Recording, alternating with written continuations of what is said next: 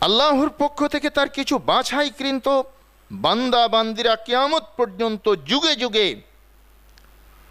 এই ওহীর এর খেদমত, এর হেফাজত, অনুসরণ ও বাস্তবায়নে জীবন পাত করে যাবেন, গেছেনও তাই। আল্লাহর নির্বাচিত কিছু বান্দা বান্দি ছাড়া এটা পারবে না। এটা আল্লাহর প্রকাশ্য ওয়াদা। সূরা বাকারার 105 নম্বর আয়াতে বলছেন, ওয়াল্লাহু ইয়াখতাসু বিরহমাতিহি ওয়াল্লাহু যুল ফাজলিল আযীম। আল্লাহ ইয়াখতাসু বিরহমাতিহি, আপন অনুগ্রহের দ্বারা কিছু মানুষকে নির্বাচন করে নেবেন, তারাই এ দায়িত্ব পালন করবে। তিনি হচ্ছেন সবচেয়ে বড় অনুগ্রহকারী। 105 সূরা বাকারা। আর এই ইয়াখতাসু বিরহমাতি, আল্লাহ রহম করে যাদেরকে নির্বাচন করেছিলেন ইলমে হাদিসের খেদমতের জন্য, তারা কিভাবে খেদমত করা সম্ভব হয়েছে আপনি চিন্তা করতে পারেন। একবার শুনেছেন তো সেভাবেই বলেছেন। উম্মুল মুমিনিন আয়েশা রাদিয়াল্লাহু তাআলা আনহা, হযরত আবু হুরায়রা রাদিয়াল্লাহু তাআলা আনহু, এরপরে আইম্মায়ে মুহাদ্দিসিনদের জীবনী পর্যালোচনা করলে আমরা অভিভূত হয়ে যাই আল্লাহ পাক কিভাবে আপন রহমতে, আপন কৃপায় তার কতিপয় বান্দাদেরকে নির্বাচিত করে ইলমে হাদিসের খেদমত নিয়ে নিয়েছেন। ইমাম বুখারী রাহিমাহুল্লাহ উস্তাদ দাখিলির দর্শে বসেছেন, 10,000 হাদিস দর্শ হয়ে গেছে। উনি লেখেন না, সমস্ত ছেলেরা পাণ্ডুলিপি লেখেন, উস্তাদের কাছ থেকে হাদিস শোনেন আর লেখেন। ছেলেরা নালিশ করে দিল। কিছু কিছু ছেলে মেয়ে নালিশ প্রিয় আছে না, ছেলেবেলায় আমরা প্রাইমারিতে থাকতে বাপ রে বাপ কে কত নালিশ করে পারে। ওই নালিশ প্রিয় একটা ছেলে বলছে, উস্তাদজি এই বালকটা লেখে না। কে? তুমি লেখো না? না। কি করো?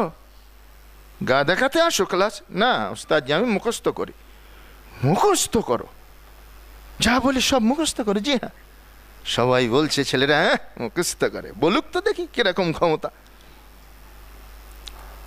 আচ্ছা ঠিক আছে, আপনাদের পাণ্ডুলিপি নিয়ে আসেন। উস্তাদজি বললেন হ্যাঁ নিয়ে আসো তো দেখ। উস্তাদজি আপনার দর্শে বসে আজকে পর্যন্ত আমি 10,000 হাদিস শুনেছি, প্রথম দিন থেকে শুরু করলাম। বিসমিল্লাহির রহমানির রহিম গড় গড় করে পড়তে লাগলেন, সনদ সহ পড়তে পড়তে 10,000 হাদিস যখন মুখস্থ সব শুনিয়ে দিলেন পাণ্ডুলিপিতে, ছেলেদের পাণ্ডুলিপিতে সব মিলে গেল, তখন তারা হাঁ করে চেয়ে আছে, মা হাদার রজুল, আরে এটা আবার কিরকম মানুষ গো? হ্যাঁ এ কি মানুষ না আকাশের কোনো ফেরেশতা? এ কি?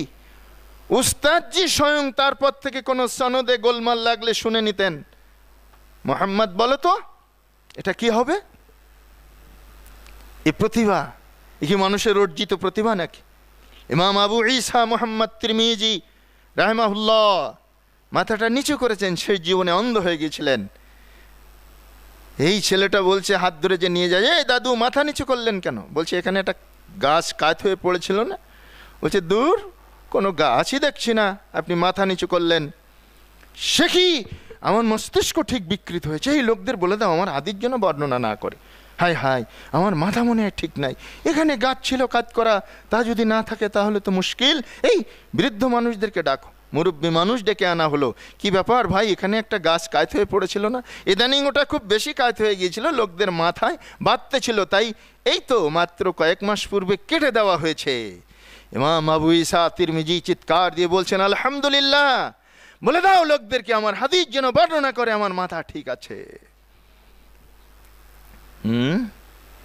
ইমাম মুসলিম রাহিমাহুল্লাহ হাদিস গবেষণা করছেন আর খেজুর খাচ্ছেন, শুকনো খেজুর দু একটা করে খাচ্ছেন, চিবোচ্ছেন আর হাদিস দেখতেছেন। ওই পাত্রে যে খেজুর ছিল মনের অজান্তে, নিজের অজ্ঞাতে কখন সব খাওয়া হয়ে গেছে বুঝতেই পারেননি। পানি খেলেন, পেটের ভিতরে স্ফীত হতে লাগলো, শেষে তিনি পেটের পীড়ায় দুনিয়ার থেকে চলে গেলেন।